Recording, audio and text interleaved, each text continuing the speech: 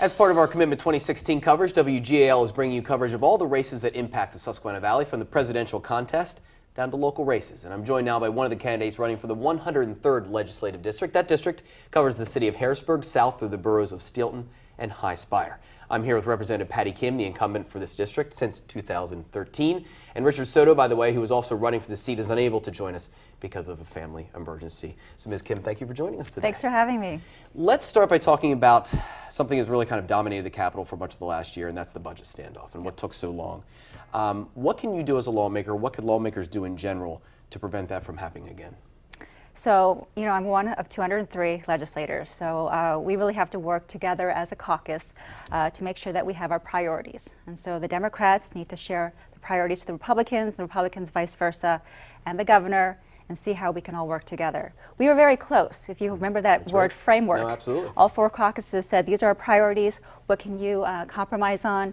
And we were about to go there, but it got changed up and it didn't happen, but we were on the right track. Yeah. I think with the 16-17 budget, we all experienced some painful things, know what not to do this time. I think it should be different this year. We all want an on-time budget, a fiscally responsible one as well. So I think we're going to take our experience and put everything on the table and do what we have to do, because nobody, the constituents, the nonprofit agencies, the school districts, do not want to have a repeat and rents type of situation. Yeah, it seems to me that this could go one of two ways. Either people are so scarred from that to say there's no way we're going to let that happen again, or there's so much political animosity built up that it becomes difficult to do it again. I mean, do you see the lawmakers and the governor being able to overcome that animosity? The constituents, which I'm glad, because they need to speak up. They were sick and tired of that. We had so many rallies out there, educational supporters saying enough is enough. And so we've heard them. It's election year. For me, election is employee review. And I know that they were unhappy. And so we, as the voters, are our bosses. We need to listen and get this done. There are different ways to help us, light the fire under our feet and maybe to stop our paychecks or whatnot. A lot more legislation is going to come up to make sure that we can get a fiscally on-time budget in the future. Let's talk about something that I know is important to you, and that's minimum wage. Yes. Remind us again what minimum wage you support an increase to here in Pennsylvania and why. So House Bill 250, I'm the prime sponsor. In 60 days upon passage, it would go to $9 an hour. And then after a year after the $9 raise, would go to $10.10 an hour. This will also affect servers, temp wages as well. I think it's long overdue. I believe that there have been a lot of reports out that, you raise the minimum wage, yes. Jobs will be lost, whatnot. Why this is such an important idea is because there's so many now economists, research has been done showing that there's little to no effect when a minimum wage rate is increased statewide.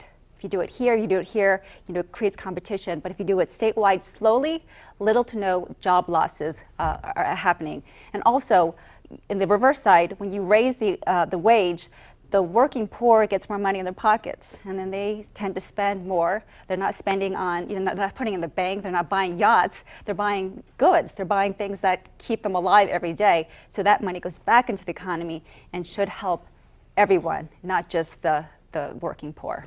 Why is $10.10 the right number as opposed to, some people, and some states have even done it, gone up to $15. Why is $10.10 in your mind the right number? So $7.25 an hour, which is the minimum wage right now, full-time for a year is about $15,000 a year, and that's, I think, is too little.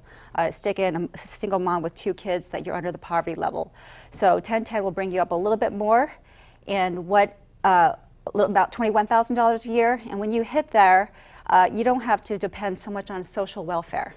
The people, I believe, the ones that I've talked to, do not want to depend on state subsidies. Okay, they want to feel independent. They want to do things on their own and not, be parasitic to the state's government. So we're not only going to be saving money for the state, but we're also giving them financial independence. What are you sending your child? Mommy's working full time, but I'm still going to the state building to get my, SNAP food stamps. It's a wrong message, and we want to get them on their feet by themselves. Let's talk about a couple of issues that certainly have come up recently. Number one, liquor privatization. Do you support it?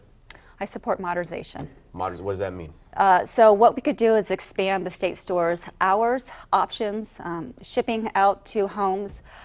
This is one of the few things that are actually raising money for the state, about $80 million a year. and we have a structural deficit of $2 billion. Why are we going to give something away that brings in money for the state every year? So modernization will actually help increase more money to bring it in. They say maybe $50 to $100 million if we can expand the service, longer hours, more options for customers, and I think that's the best way to do that for now. What do we need to do about pensions? Something needs to be done. What are your feelings? What are your proposals? So I definitely do not want to penalize the workers, okay? They put in their fair share every year.